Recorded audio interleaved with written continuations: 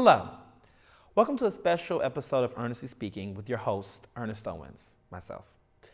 So for this small series that we've done for the season on these, special topics, I really want to get very nitty and gritty and intimate with you, the viewer watching this TV screen, to understand these very polarizing topics that really, having audience members or having different people involved, they won't be as candid about. So these are issues that we've talked about in the season, slut shaming, understanding, white privilege. A lot of people don't feel comfortable in their own skin to publicly talk about how they feel about those issues on the receiving end or the negative end due to the taboo nature of it. So as a person who's kind of experienced these issues or have friends who do, I have decided to put myself in the position and role of these different complex characters, And for this, segment of the season, of this special, collection throughout the season, we'll definitely have audience members and do that. But for this little trifecta series, I wanted to focus on getting into the in-depths of these issues and this personification of them. So this topic is about classism, talking about the issues between wealth from the haves and have-nots and how, in many ways, classism plays a role in shaping the way our society views these issues. And it's become a contentious fight that's even taken place in political spheres and beyond. So I'm going to put myself as a beneficiary of class. I warn you, I'm giving you your full discretion. Might be offensive. It will probably be offensive to some people, but this is a way in which I believe we can finally understand ourselves and be able to grow when we can see the wounds and see the bruises, and then we can probably get to a place of healing. So this is what I think is a beneficiary of class. I don't get poor people.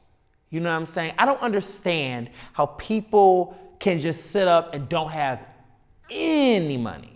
I mean, this is America, for crying out loud, okay? This is like the American dream, all right? You can get your butt up, go to school, pick up your goddamn pants, respect the teacher, don't sell drugs, go to school, focus, study hard, work hard, and you're gonna be fine. That's the American dream. I had the American dream. I went to college. I went to high school. I stayed out of trouble. I had friends. I didn't do drugs. I didn't smoke pot. And I went to a public school that was really big and really crowded. There was a couple of knuckleheads. My graduating class was 1,000 people. And the crazy thing about that is that, I was the only one in my group to go to an Ivy League college out of my graduating class. The rest of them went to some okay schools. But, I was exceptional. I believe in American exceptionalism. Some people are just really good. And Americans, we have the potential because we're not living out in Africa. We're not out here in the Sudan desert. You know what I'm saying? We are actually in a great country that has democracy. And I feel like with democracy, you can do anything. Despite my adversities I felt in life, I followed the law. I was a law-abiding citizen and I got a good job. And I get to have a TV show. So, when I hear people out here who's lazy and talking about they get unemployment checks and welfare, I'm looking like, get off your lazy butt and go get a job and handle your business. I just think it's so annoying how some people really think that my taxpayers' dollars is supposed to help them. Like, come on. You all know those welfare, queens. Those people that just love for the government to take care of them. They go get their little unemployment check. I mean, there's McDonald's, girl. They're always looking for, some new people. And I mean, maybe if you practice the safe sex, you wouldn't have all these baby mama dramas out here too. I mean, how much government assistance do you darn well need? I mean, I worked really hard, right? I did the right thing in society. You know what I'm saying? I followed the rules. I got a good pay. I pay my taxes. And then you get tax exempt. And you know how I feel when I go on my Facebook timeline and I see some of my mom's friends flaunting all of their stuff? Refund check, refund check. Oh, they love it, don't they? They buy cars, they buy houses. Why don't they invest in businesses? You know, why don't they invest in getting good stuff? You know what I'm saying? Things that their kids need. Why do all these kids got on these $300 Jordans, but they don't know how to complete a sentence with a predicate or a question mark, an exclamation point? They can't spell. They don't even know how to type on a keyboard. But I'm supposed to feel sorry for you. You're poor, but you got a flat screen TV. You're poor, but you're always vacationing. Oh, okay. So you're poor and you got food stamps. Oh, okay. So my taxpayers' dollars gets to pay for you to live luxurious, okay? You get to have the good life. I mean, yes, you live in projects, but guess what? You live on a fixed income, and you don't put all of your money on taxes. I know you're not putting your money on taxes, but you're out here doing all these side jobs, doing hair, selling drugs, and selling bootlegs. Are you filing on your taxes? I thought so. It's a frustrating situation, having to work hard, be smart, do everything I'm supposed to do, but at the same time being told that I'm snobby, I'm uptight. I worked hard for this. I worked hard to get a nice watch like this. I worked hard to get a pen degree, and I don't think I'm lazy. I don't think I'm uptight. No, I think that I'm worthy. I feel like I'm exceptional. I think I'm something to be celebrated because at the end of the day, I'm the one that didn't do that. But then you people, you know, the poor ones, you know, the ones out here acting like life is so hard, but at the same time always need a government handout. I don't see you going to PSAs for your kids. And then you say your school system bad. You know, when I was a kid and I went to my school, my mother went to PSAs, okay? My mother had time. My mother went to school just like I did, went to college, got a degree. She worked hard too. She was there for me. She inspired me to do what I need to do.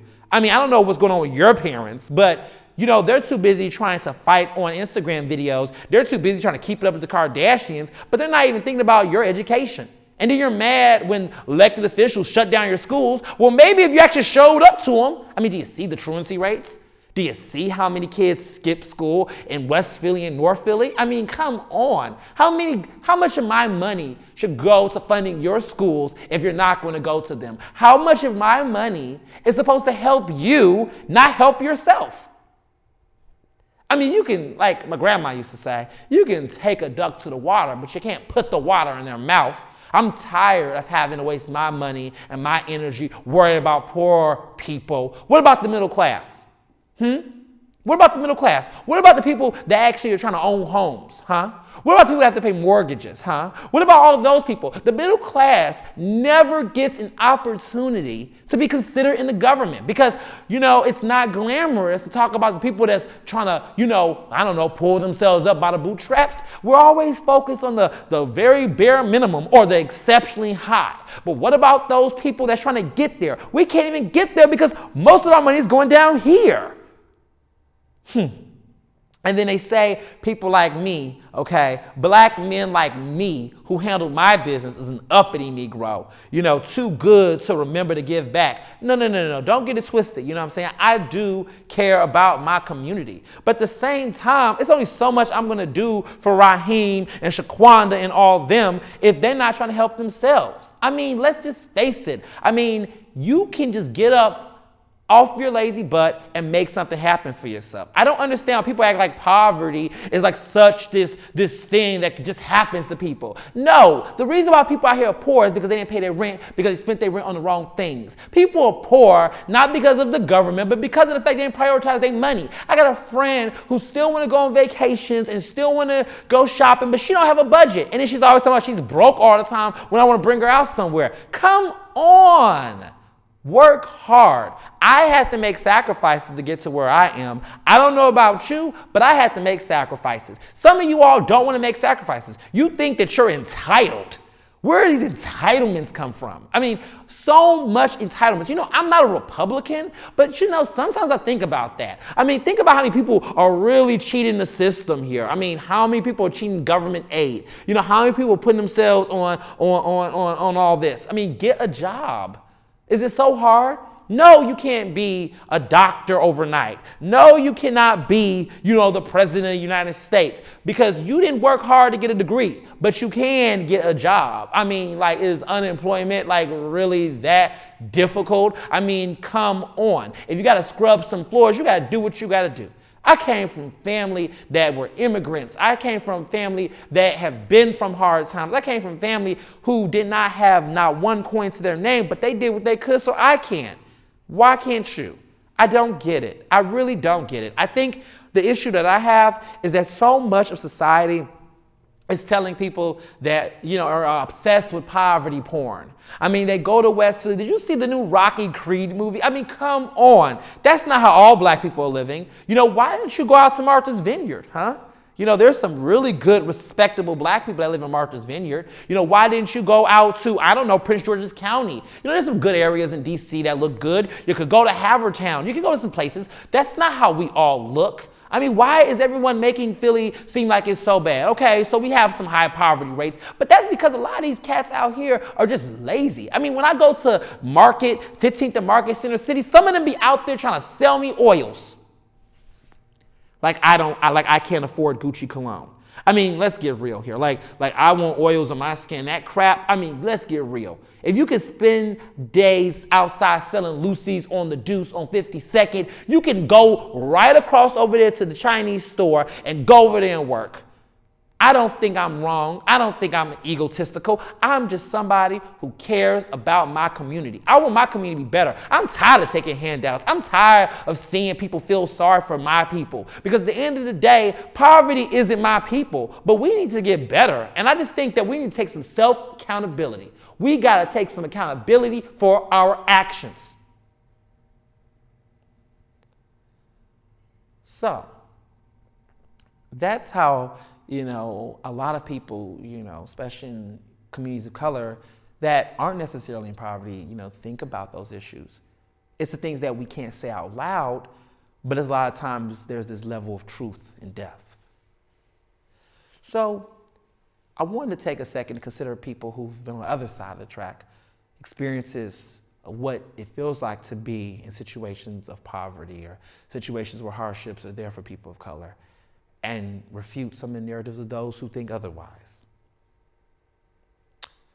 So, you think it's easy to have to wait in a line, dress up nice every Saturday, to argue with somebody to give me benefits in a country that does not take me seriously.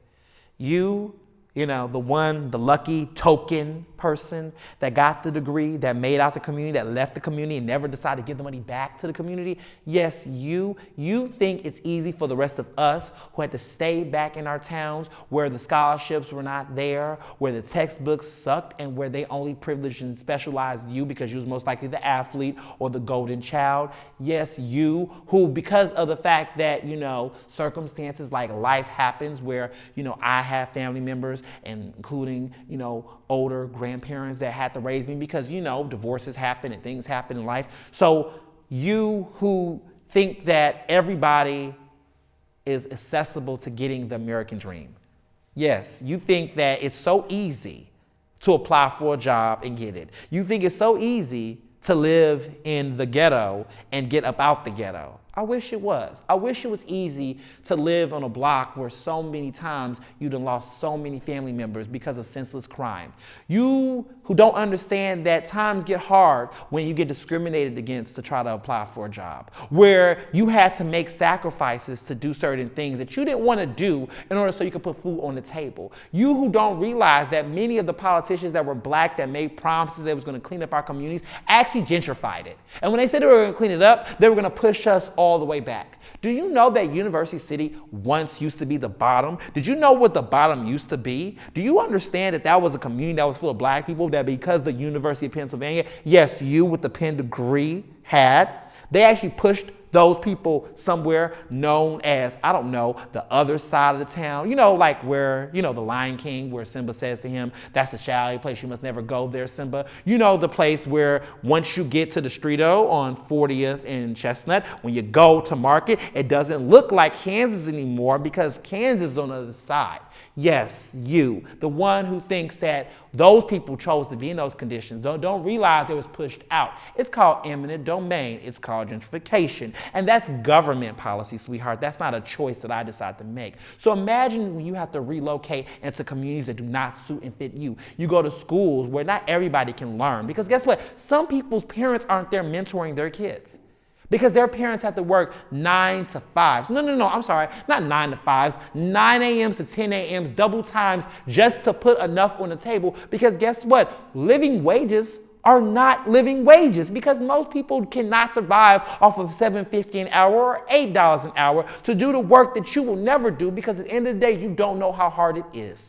Right. So that's right. You made some sacrifices, but guess what? Imagine being in an environment, a situation where you can't see a top. And no matter how hard you work, you can only see a certain limit. And that limit is disguised as opportunity, but in reality, it's not even opportunity. There's no possibility. Because at the end of the day, when you're in an environment that is already oppressed, doesn't have a good school, doesn't have good systems of economic growth and prosperity, your chances of actually likely succeeding is very, very small. Not as big as you who was able to make it out. Because only a few people can make it out. But guess what? Those few people can make it out are the tokens that didn't turn around and argue why the rest of us couldn't. But that's the crabs in the barrel mentality. Oh, I get it. We all know this already. But do we ever question the grass is green on the other side? I mean, the greener grass, which is normally the white grass. They call it green grass because of, color. But the side where you can go to a neighborhood that's predominantly white. You can go on the city line, right? The main line. Oh, you mean the white line where most white people live and where they can be able to send their kids off to good schools and a couple of black kids are there so they feel like they're the special chosen ones? Yes, those sides with the good schools and the kids that can go to Masterman and the ones that don't have to be on a scholarship to go there and get a good education. You know, the ones that's in Boys Latin that don't live in Boys Latin community but have to go from a train all the way over there so they can get that good education. Because guess what? What are places that don't have good education? Oh, that's right, they have bad education. And where are those kids at? Those are in those ghettos that pretend to pocket the rest of the city. Because you know what's funny? Philadelphia is the poorest major city in the United States of America. Yes, the one that has the big, huge Comcast building. Yes, the one that has the big, huge University of Pennsylvania. And yet the people that live in this city that is predominantly of color do not have jobs and are living out in the streets.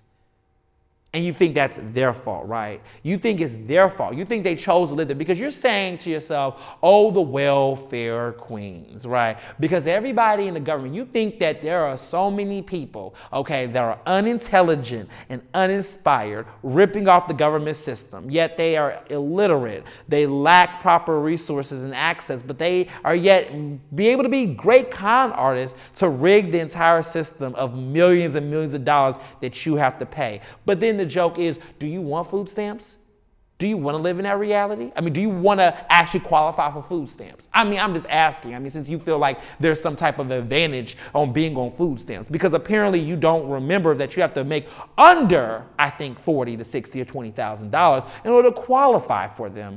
Oh, and that's right. You're saying that women should just lock their legs and people should put on more condoms. You know what's funny? I do agree with you with that. But the problem is that most people live in food deserts and they live in places that do not have proper health care and resources. Do you know how hard it is for urban communities to get access to condoms and health, sex education? Do you know that many schools don't actually have real sex education classes? So many of the people out there are just basically going blind. And when I mean blind, I don't mean just simply blind in the sense of just not using condoms or not knowing how to protect themselves from STDs such as HIV that plagues many of these communities and drugs as well. They don't have resources. Oh, but you were talking about the taxpayers' dollars because you don't think your taxpayer dollars should go to helping those issues, even though those issues become crime.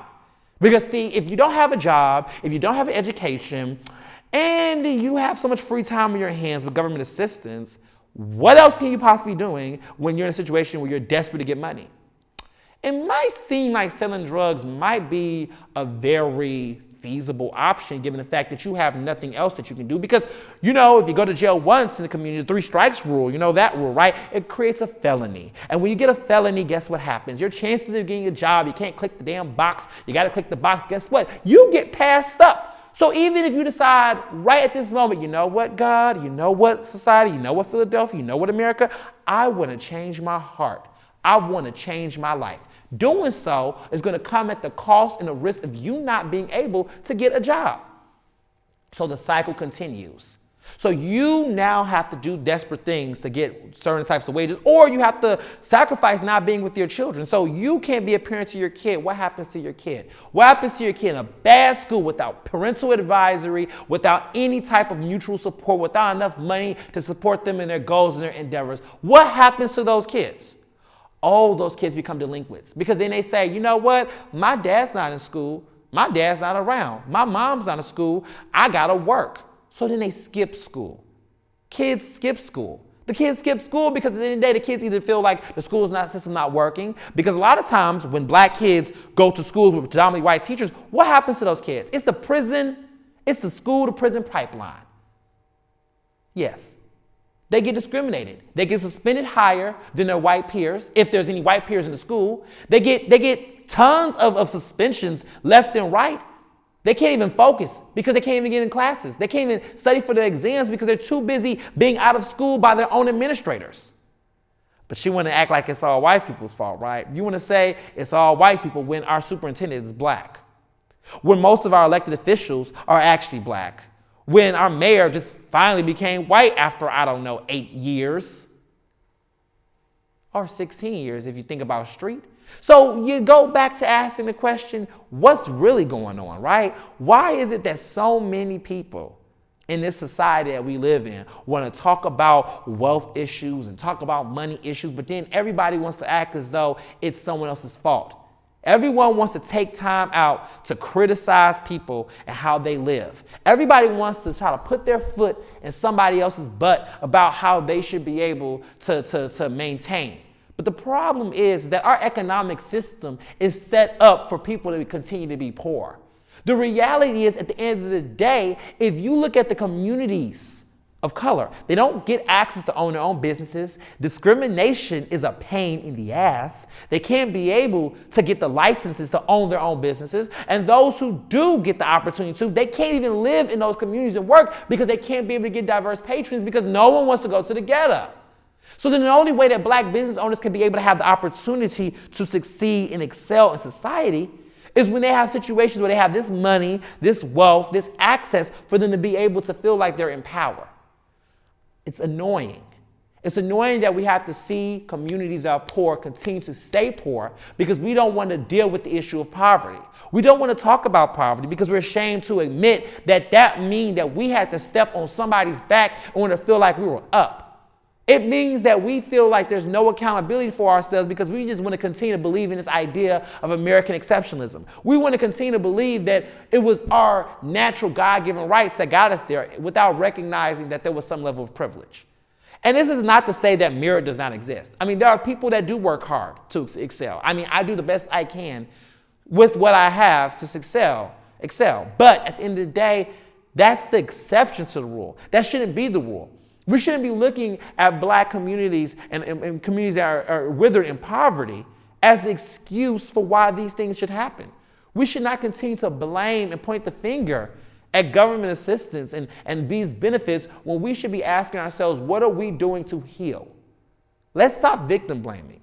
Let's stop pointing the finger. Let's start asking mature questions. Let's start thinking about one another. Let's start doing what we can to help end poverty in this city. And that's going to make us better, because we got to start thinking about making real sacrifices in our wealth, the way we carry ourselves, the businesses, the exploitation, the gentrification, all of these things, the discrimination. We have to change.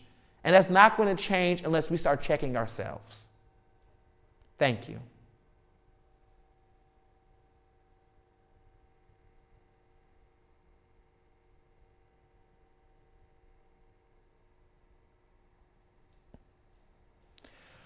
So it's difficult to talk about poverty.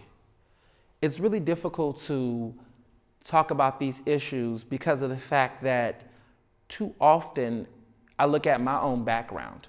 I went to a public school most of my life, all of my life. I never went to private school. And it's just a lot to come to terms with when thinking about, all the people that didn't make it. I think about that every day. Like, I was blessed and I was fortunate to be in an environment that was very flourishing of my individual talents. But when I go and see what happened to many of my peers and what happened to their lives, many of them didn't do well. Many of them, are struggling. And it's easy for me to dismiss and ignore it and try to think about only myself. But I've made myself committed personally to thinking about how we can eradicate this issue. And it's not going to be changed overnight. It's not going to be like one magic bullet or writing one check or anything like that. But I just think that more people just have to be open and honest to this issue. Because if we keep ignoring it, it's only going to get worse. It's going to affect our future generations. We have to think about building wealth within family dynamics and structures. We can no longer, harbor hatred for people that are different. We can no longer engage in classism. We can no longer take in this sense of elitism. Because if we're always thinking that we're better, if we're always thinking that we're just more worthy, then we're going to always continue to suppress those who don't. And so if we're never going to see financial equality, economic freedom take place in society, it's going to be our fault. We're going to be the generation that this American dream or this American illusion, for a better lack of a word, happens. It's going to be because of us. We have to change the cycle. We have to think about our elected officials. We got to hold our elected officials accountable. We got to start thinking about why those bad schools continue to be bad schools. We got to start wondering, where is the money going when we put our money in offerings and tithes? We got to think about where our money is going when we donate to nonprofit organizations that are too busy getting rich and rather than not taking care of the poor. We got to start holding every institution in this country accountable. We cannot no longer victim blame. Because at the end of the day, if we're pointing the fingers at them, then we're really reversed in the mirror. If we look at the mirror, we're really pointing those fingers at ourselves. Thank you so much for listening. I hope you learned something from this. Thank you.